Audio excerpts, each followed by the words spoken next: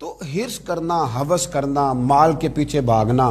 لوگ تعلیم حاصل کرتے ہیں تو مال کمانے کے لیے، ہنر سیکھتے ہیں تو مال کمانے کے لیے، کسی استاد کے پاس جاتے ہیں تو مال کمانے کا طریقہ سیکھنے کے لیے، کسی سے یارانہ لگاتے ہیں تو کہتے ہیں ذرا دیکھو تو صحیح یہ آگے کیسے گیا ہے. جب مطمع نظر ہی مال ہو، جب توجہ ہی ساری مال کی طرف ہو، جب دولت ہی ہر چیز کا لوگ ما حاصل سمجھ لیں اور مقصود اور مدعائی دولت کو بنا لیں، تو پھر انسانوں میں کمزوریاں پیدا ہوتی ہیں، روحانی قوتیں ختم ہوتی ہیں، پھر انسانوں کے اندر شوق، ذوق اور وہ ساری چیزیں کمزور پڑتی ہیں. میرے نبی کریم پھر پڑھیے، خوش ہو کے پڑھیے، نبی کریم صلی اللہ تعالی علیہ وآلہ وسلم نے نا ہمیں یہ سکھایا ہے، بتلایا ہے کہ قناعت کرو، تھوڑے پر راضی رہنا سیکھو.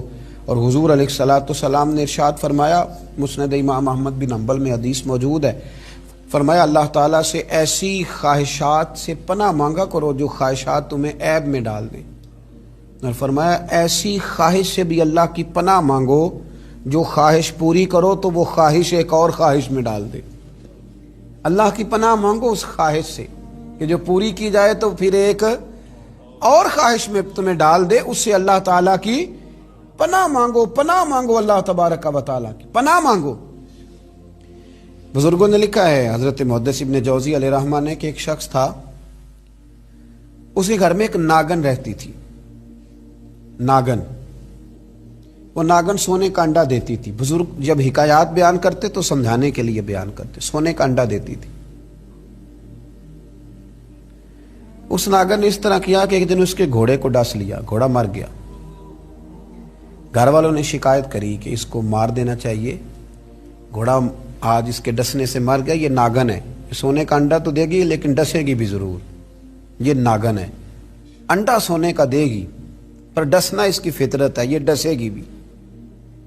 اس نے کہا بھی کوئی بات نہیں، سونے کے انڈے سے کئی گھوڑے آ جاتے ہیں، مر گیا تو کیا ہوا. کچھ دنوں کے بعد اس ناگن نے کتے کو ڈسا، کتا بھی مر گیا. گھر والوں نے شور مچایا کہ یہ ناگن ہے تو اسے دودھ پلاتا ہے، یہ سونے کا انڈا تو دے گی پر ڈسے گی بھی، اس لیے کہ ڈسنا اس کی فطرت ہے، اس کی طبیعت ہے. اس نے کہا کوئی بات نہیں، سونے کے انڈے سے کئی کتے خریدے جا سکتے ہیں. کچھ دنوں کے بعد اس نے پڑوسیوں کے کچھ جانوروں کو بھی ڈسا. لیکن جب انسان کی آنکھوں کے سامنے سونے کے انڈے کی اینک لگی ہوتی ہے نا، پھر کتنے لوگ ڈسے جا رہے ہیں اس کی پرواہ نہیں ہوتی. جب سونے کے انڈوں کی اینک لگ جاتی ہے پھر کتنے غریبوں کی کٹیا جلتی ہے پر اس کی پرواہ نہیں ہوتی. جب سونے کے انڈوں کی اینک لگ جاتی ہے پھر کتنے رشتے ٹوٹتے ہیں، لوگ پرواہ نہیں کرتے. سونے کے انڈے کی اینک لگی ہوئی تھی. پھر ایک وقت ایسا بھی آیا کہ اس شخص کا ایک ہی جوان بیٹا تھا، ایک ہی بیٹا، جس کی طرف دیکھ دیکھ کے ماں باپ جیتے تھے، جو ان کی آرزوؤں کی امیدوں کا مسکن تھا، جو ان کی آنکھوں کی ٹھنڈک تھا، روشنی تھا. اس ناگن نے پھر اس بچے کو ڈسا، اور جب اس بچے کا جنازہ اٹھا تو پھر اس نے ہاتھ میں ڈنڈا پکڑا، اور ڈنڈا پکڑ کے جب وہ مارنے لگا نا ناگن کو، تو اس کی بیوی کہنے لگی اسے نہ مار، اپنے اندر کے لالچ کو ڈنڈا مار، اپنے اندر کی اس ہرس کو، اس ہوس کو، اس طمع کو، جس نے آج میرے بیٹے کی جان لے لی، جس نے ایک ماں کی گود اجاڑ ڈالی، جس نے اس گھر کی ساری خوشیوں کو تباہ کر دیا، اس لالچ پہ ڈنڈے برسا، جس نے تباہ کر کے رکھ دیا ہر چیز کو، جس نے کچھ بھی آج باقی نہیں چھوڑا. بے قدراں کچھ قدر نہ جاتی، کیتی خوب تسلی ہو، اے دنیا دار پجاری زر دے، کتیاں دے گل ٹلی ہو. میرے نبی کریم علیہ السلام نے فرمایا دنیا کا مال مردار ہے اور طلب کرنے والے کتے. مردار مال کو طلب کر رہے ہیں. بیٹے کا جنازہ اٹھ گیا، اب کیا فائدہ ہوا؟ آج روحوں کے جنازے اٹھ رہے ہیں، آج دلوں کے جنازے اٹھ رہے ہیں. آج تن کے اجلے لوگوں کے من کے اندر کچھ بھی موجود نہیں، مردہ روحیں، مردہ دل، مردہ خیالات. ہر چیز مائنس کر کے جو چیز پیچھے بچی ہے وہ صرف دولت ہے. ہر چیز مائنس کر کے ہمارے پاس جو پیچھے بچی ہیں وہ جائیدادیں ہیں. ہر چیز مائنس کر کے جو ہم نے بچایا ہے وہ دنیا کا مال ہے. باقی ہر چیز تباہ ہو گئی. بھائی کے ساتھ جھگڑا چل گیا ہے چونکہ ایک 4 مرلے کے پلاٹ کا معاملہ تھا. والد کے ساتھ تنازع چل گیا ہے چونکہ اس نے ہمیں حصہ کم دیا تھا. اماں کے ساتھ جھگڑا ہے کیونکہ وہ بڑے بھائی کی جائیداد زیادہ دینے کے حق میں ہے. ہمارا اپنے دوستوں یاروں کے ساتھ جو رشتہ ہے وہ لالچ کا ہے. ہم نے ہر جگہ ہرس کا بازار گرم کیا ہے. تما، لالچ، یہ ساری چیزیں اس تیزی کے ساتھ لوگوں نے اوڑھی ہیں کہ ہر طرف دولت کا بازار گرم ہے. یہ جو سڑک پہ جا رہے ہیں کچھ پیسے لینے جا رہے ہیں، کچھ لے کر کے واپس آ رہے ہیں، کچھ مزدوری کرنے جا رہے ہیں، کچھ مزدوری ڈھونڈنے جا رہے ہیں. دولت ہی دولت کا ہر طرف انبار لگ گیا ہے. یوں محسوس ہوتا ہے کہ جیسے اب جو کسی سے سلام لیتا ہے تو وہ بھی پہلے سوچتا ہے کہ مجھے میسر کیا آئے گا. حضرت موسیٰ کلیم اللہ علی نبینا علیہ الصلاۃ والسلام، حضرت موسیٰ کلیم اللہ علیہ الصلاۃ والسلام کے زمانے میں ایک شخص تھا جو مستجاب الدعوات تھا.